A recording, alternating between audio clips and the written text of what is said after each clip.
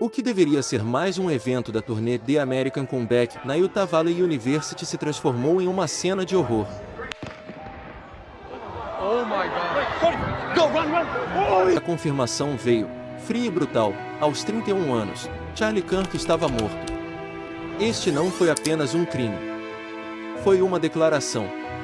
Um assassinato político que expôs o quão longe o ódio ideológico pode ir. Para entender o que aconteceu, precisamos primeiro entender quem foi o homem que, para milhões, era um herói, e para outros tantos, um vilão.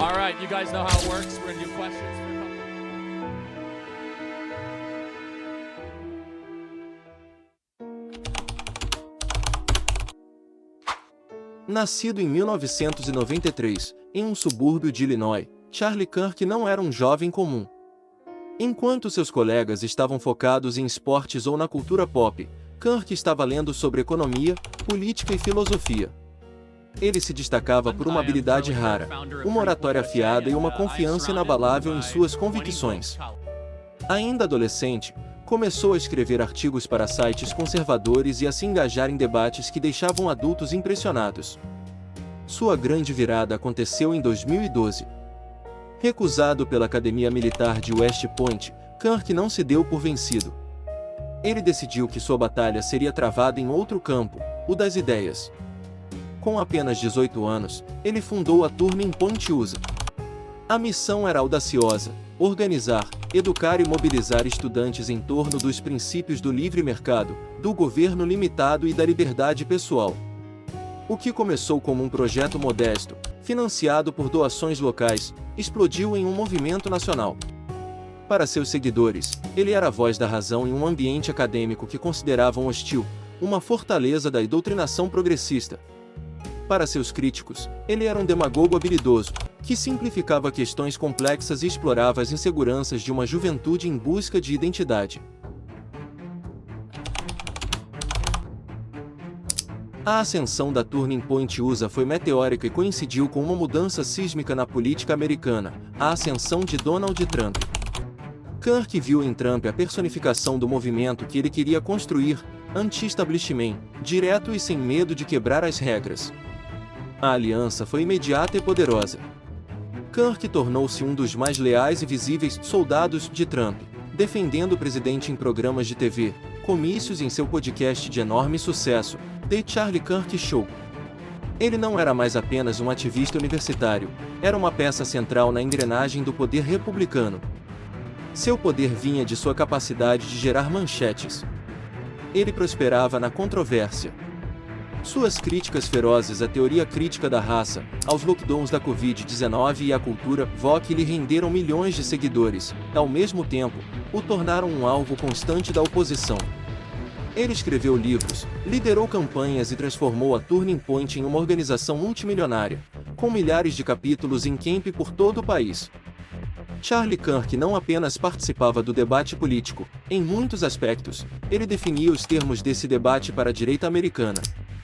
E ao fazer isso, ele acumulou inimigos tão fervorosos quanto seus aliados.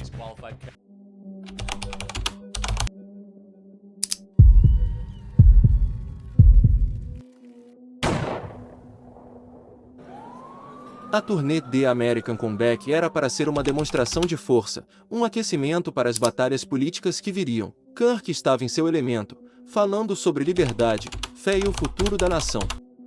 O caos foi instantâneo. A segurança correu para o palco, enquanto a multidão, em pânico, tentava fugir ou se esconder. Kirk foi levado às pressas ao hospital, mas o dano era irreversível. A investigação, agora liderada pelo FBI, revelou detalhes assustadores. A arma, um rifle de ferrolho com uma mira telescópica, foi encontrada em uma área arborizada a mais de 200 metros do auditório. O tiro foi obra de um profissional, alguém com treinamento e paciência.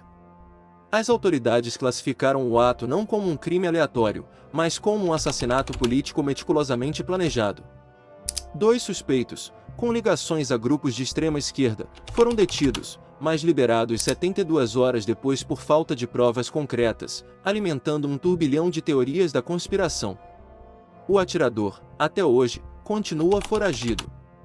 As perguntas assombram os investigadores. Foi um lobo solitário, radicalizado pelo discurso online? Ou foi uma conspiração orquestrada por uma organização? O motivo parece claro: silenciar uma das vozes mais potentes do conservadorismo. Mas a identidade do executor permanece nas sombras. A morte de Charlie Kirk enviou ondas de choque por todo o espectro político. O então presidente dos Estados Unidos condenou o ataque como um ato de covardia que ataca a própria democracia. Donald Trump chamou Kirk de um verdadeiro patriota americano, um leão que foi caçado por chacais. Seus oponentes políticos, mesmo os mais ferrenhos, se viram em uma posição difícil. Como condenar a violência sem parecer validar a figura que tanto combateram? A verdade é que, na morte, a influência de Kirk pode ter se tornado ainda maior. Para seus seguidores, ele não é mais apenas um líder, ele é um mártir. Um símbolo da luta conservadora, assassinado por suas crenças. A morte de Charlie Kirk é mais do que a história de um homem. É um espelho sombrio para a América e para o mundo. Ela escancara a ferida aberta da nossa era, a polarização que transforma oponentes em inimigos, o ódio que envenena o debate público e a terrível facilidade com que a violência se torna uma ferramenta política. Mas a pergunta que sua morte nos força a encarar é assustadora: até onde a política pode nos levar? E quando a divergência de ideias passa a custar vidas? O assassinato de Charlie Kirk talvez não tenha sido o fim de um movimento, mas o começo de algo muito mais perigoso. Um precedente sombrio que nos obriga a questionar o futuro do debate e da própria convivência em sociedade. Se você quer entender melhor como ideologias extremas podem moldar sociedades e até aprisionar povos inteiros, não deixe de assistir ao nosso próximo vídeo. Afinal, Cuba é paraíso ou prisão?